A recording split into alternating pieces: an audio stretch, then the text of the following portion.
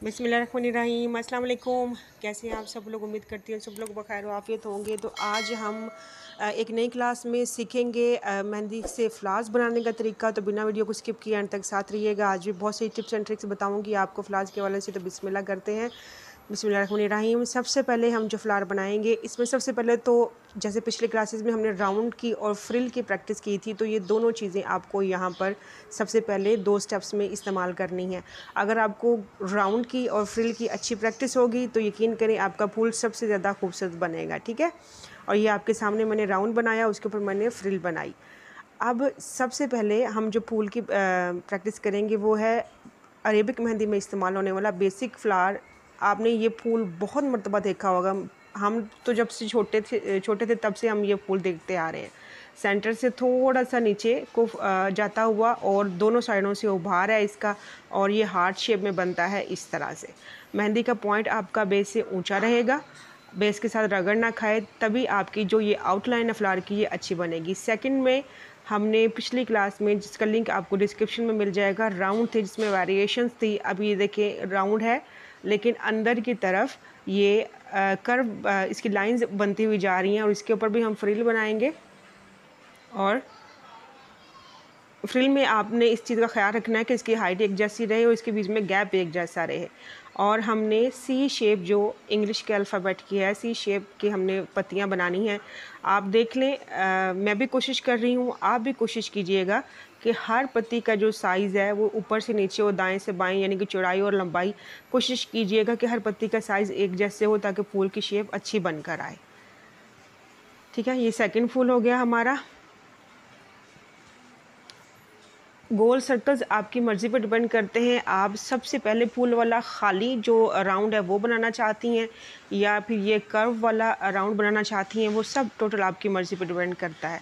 मुझे चूँकि ये थोड़ा सा ज़्यादा अच्छा लगता है तो इसलिए मैं ये ज़्यादा बना रही हूँ। अभी हम जो फ्लावर बनाएंगे इसके सेंटर में थोड़ा सा उभार देते हुए, चूँकि फ्लावर्स बहुत सारी किस्म के हैं, ये तो अभी आज हम सिर्फ 5 से 6 किस्म के फ्लावर्स बनाएंगे। फ्लावर्स में बहुत ज़्यादा वेरिएशन है। आप अरेबिक मेहंदी के फ्लावर्स कुछ और तरह के होते हैं, गुल्फ मेहंदी के और तरह के होते हैं, और लोटस फ्लावर्स के और तरह से होते हैं। तो बहुत सारी वेरिएशन है। इसमें से चंद एक बेसिक फ्लावर्स जो कि चूँकि ईद आ रही है तो बहनों को जल्दी जल्दी कुछ ना कुछ बनाना आ जाए, तो बस मैं वो बेसिक फ्लावर्स आज बना के दिखा रही हूँ आपको।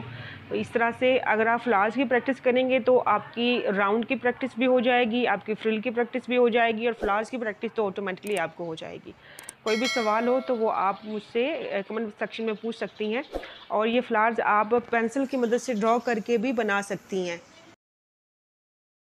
लेकिन मैं यही मशवरा दूंगी कि अगर आप मेहंदी लगाना सीख रही हैं तो आप पेंसिल की निस्बत कोन मेहंदी का ही इस्तेमाल सबसे ज़्यादा करें, ताकि आपका हाथ एक फ़्लो में चलना शुरू हो जाए। ठीक है, तो ये हमारा फ्लावर तैयार हो गया एक और। अब ये जो फ्लावर है इसको ज़रा गौर से देखिएगा, इसमें लाइनिंग है और प्रेशर तकनीक है। सबसे पहले तो हम फ्रिल बनाएंगे इस तरह से। ये फ्लावर्स बनाने का मकसद सिर्फ इतना है ताकि आपके सर्कल्स की और जो फ्रिल है इसकी अच्छी खासी प्रैक्टिस हो जाए, दूसरा आपको फ्लावर्स बनाना भी आ जाए।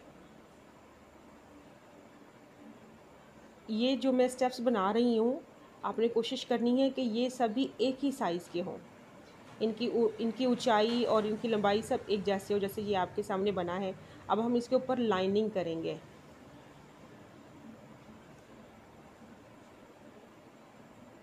इस तरह से। अच्छा, ये आपकी मर्ज़ी पर डिपेंड है आप कितना बड़ा फ्लावर बनाना चाहती हैं। आप इस लाइनिंग को ज़्यादा करती जाएं और बड़ा फ्लावर बना लें। आप इस लाइनिंग को यहीं पे रोक दें और छोटा फ्लावर बना लें। ठीक है, अभी तो ये आपको इतना ज़्यादा समझ नहीं आ रहा होगा, बट अभी आपको ये समझ आएगा। अब आपने क्या करना है, आपने मेहंदी के पॉइंट को इस तरह से सेंटर में रखते हुए अंगूठे को खूब सारा प्रेस करना है ताकि मेहंदी ज़्यादा मिकदार में निकले, और आपने इसकी फिलिंग करनी है। बेस के साथ रगड़ते हुए आपने इन हिस्सों की फिलिंग नहीं करनी है, ये बात याद रहे। फिर कहीं सी जगह खाली रह जाती है और कहीं पर मेहंदी बहुत ज़्यादा लदी हुई सी भरी जाती है। तो इस तरह से कहीं पे कलर आता है, कहीं पे नहीं आता। दोनों लाइंस के सेंटर में मेहंदी के पॉइंट को रखना है, अंगूठे को खूब सारा प्रेस करना है। जब मेहंदी के पॉइंट से अच्छी खासी मेहंदी निकलेगी तो ये लाइन से खुद ही फिल हो जाएंगी। और ये देखिए इस तरह से